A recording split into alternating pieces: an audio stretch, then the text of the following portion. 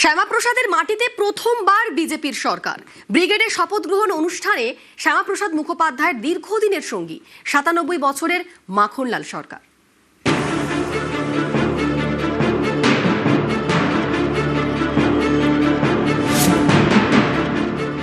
একটা স্বপ্ন পূরণ হয়েছে, শ্যামাপ্রসাদের ৩৭০ বাতিল হয়ে গেছে। আরেকটা স্বপ্ন, শ্যামাপ্রসাদের রাজ্যেই শ্যামাপ্রসাদের দল আজকে বিজয়ী হয়েছে। উনি যেখানেই থাকুন, ওনার স্বপ্ন পূরণ করতে পেরেছি, এটি আমাদের গর্ব। আমি শুভেন্দু অধিকারী। বাংলায় প্রথম বিজেপি সরকার, শ্যামাপ্রসাদের মাটিতে পদ্ম চাষ। শনিবার ব্রিগেডে শপথ গ্রহণ। এই শপথ গ্রহণ অনুষ্ঠানের মঞ্চে ছিলেন মাখনলাল সরকার। শ্যামাপ্রসাদ মুখোপাধ্যায়ের দীর্ঘদিনের সঙ্গী মাখনলাল সরকার, বয়স ১০০ ছুঁই ছুঁই।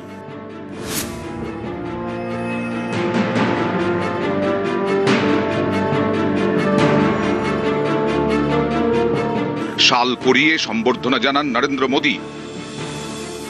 তারপর প্রণাম করেন, পায়ে হাত দিয়ে প্রণাম, বেশ কিছুক্ষণ আলিঙ্গন।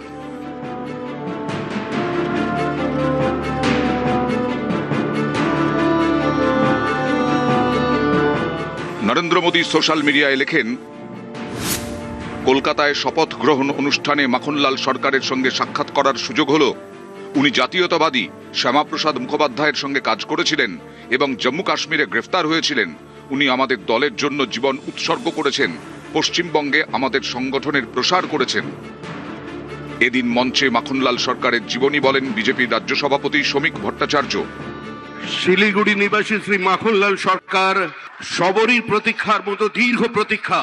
ভারত কেশরী ডক্টর শ্যামাপ্রসাদ মুখার্জি, যিনি ভারতের সংবিধান এবং ভারতবর্ষের অখণ্ডতার জন্য এই বাংলায় জন্মগ্রহণ করে নিজের প্রাণ দিয়েছিলেন, যাকে কাশ্মীরের জেলে রহস্যজনকভাবে কার্যত খুন করা হয়েছিল, এবং তার সেই যাত্রার যিনি সহযোগী ছিলেন, সেই মাখনলাল সরকার ৯৭ বছর বয়স হয়েছে তার, তিনিও আজকের দিনে আমাদের এখানে এসে উপস্থিত হয়েছেন।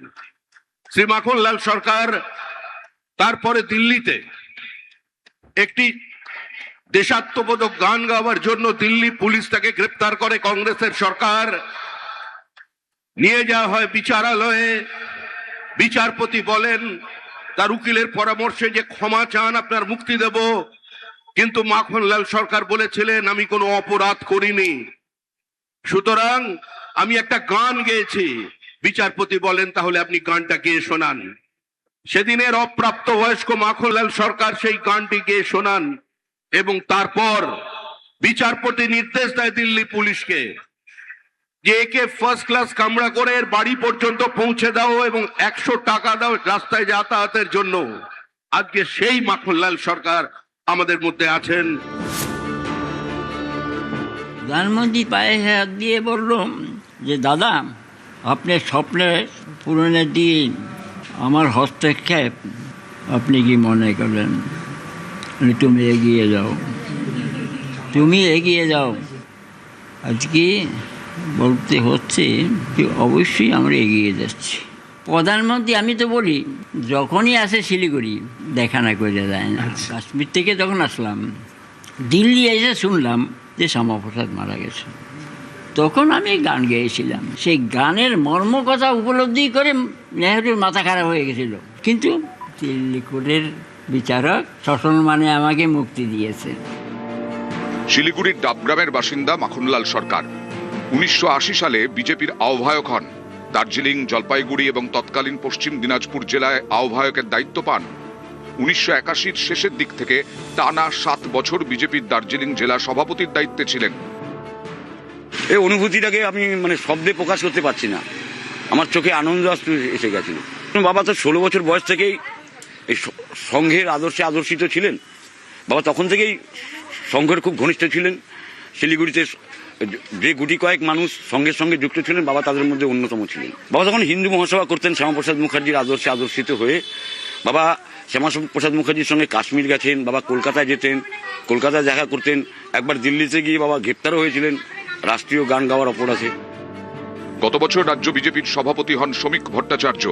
এর মাসখানেকের মধ্যেই যান শিলিগুড়িতে। মাখনলাল সরকারের বাড়িতে। এবছর এপ্রিলে ডাবগ্রাম ফুলবাড়ি বিধানসভা কেন্দ্রের বিজেপি নির্বাচনী প্রচারের মঞ্চে ছিলেন মাখনলাল সরকার। সেখানে শ্রমিক ভট্টাচার্য এবং দিলীপ ঘোষ তাঁকে সম্বর্ধনা দেন।